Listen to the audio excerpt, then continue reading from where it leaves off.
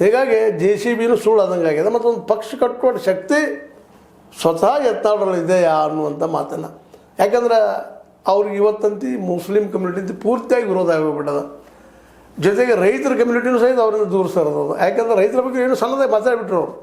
Sugar ಒಂದು rate ಹೆಚ್ಚು ಮಾಡಿದಾಗ, ಕಬ್ಬಿನ ಶುಗರ್ ಕೇಳಿದ ಹೆಚ್ಚು ಮಾಡಿದಾಗ 3,300 ನಮಗೊಂದು 4,000 ಕೊಟ್ಟು ನಾವು ಕೊಟ್ಬಿಡ್ತೀವಿ ನಿಮಗೆ ಅಂತೇಳಿ.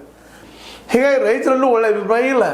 ತಮ್ಮ ಮನಸ್ಸಿಗೆ ಏನು ಬರ್ತದೆ, ಬಾಯಿಗೆ ಏನು ಬರ್ತದೆ ಮಾತಾಡಿ ಇವತ್ತು ಒಂದು ರೀತಿಯಿಂದ ತಮ್ಮ ಒಂದು ವ್ಯಕ್ತಿತ್ವ ಬೆಳೆಯುವ ಸಂದರ್ಭದಲ್ಲೇ ತಮಗೆ ತಾವು ವೈರಿ ಆದರು ಅನ್ನೋದು ಈಗ ಸ್ಪಷ್ಟ ಆದಂಥ ವಿಷಯ. ಯತ್ನಾಳ್ ವಿಷಯಕ್ಕೆ ಇವತ್ತು ನಮ್ಮ HD ಕುಮಾರಸ್ವಾಮಿ ಭೇಟಿಯಾಗಿದ್ದಾರೆ.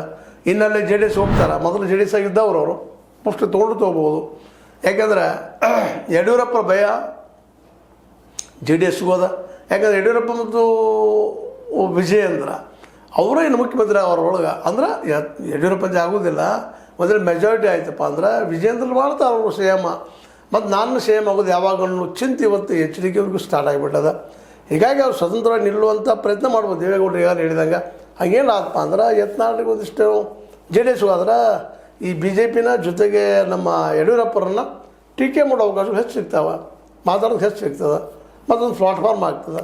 ಯಾಕಂದ್ರೆ ಸ್ವಂತ ಪಕ್ಷ ಕಟ್ಟೋದು ಒಂದು ರೀತಿ ಅಸಾಧ್ಯದ ಮಾತು ನಮ್ಮ ಇವರಿಗೆ, ನಮ್ಮ ಯತ್ನಾಳರಿಗೆ ಹೇಳ್ಬೋದು.